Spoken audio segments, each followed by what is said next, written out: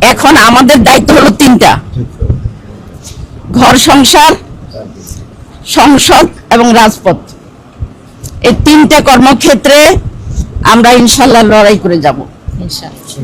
আমরা সংসারে আমরা একটা সুখের সংসার করব।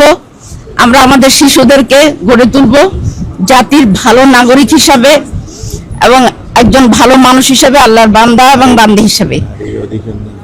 আর দ্বিতীয়ত, আমরা সংসদে সোচ্চার থাকব।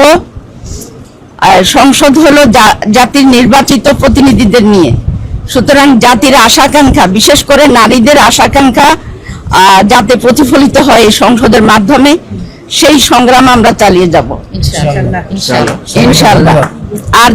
আর তৃতীয়ত, রাজপথ। কখন আমরা রাজপথে নামবো?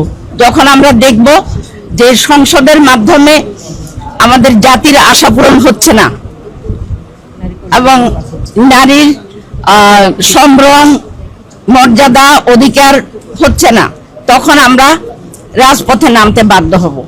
কাজেই প্রিয় ভাই এবং বোনেরা, আপনারা আমাদের জন্য দোয়া করবেন, আমাদের পাশে থাকবেন এবং আমাদেরকে সব ধরনের সহযোগিতা করবেন, যাতে করে বাংলাদেশের অর্ধেক জনগণ যে নারী, এই নারীদের অধিকার যদি সুরক্ষা হয়, নারীদের সম্মান যদি সুরক্ষা হয়, তাহলে আমাদের প্রত্যেকের অধিকার সুরক্ষা হবে, প্রত্যেকের পরিবার সুরক্ষিত হবে।